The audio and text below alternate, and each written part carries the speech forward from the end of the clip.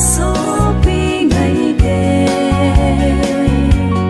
cùng dùng ngài chính vào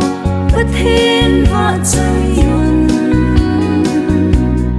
cùng tha hâm tha và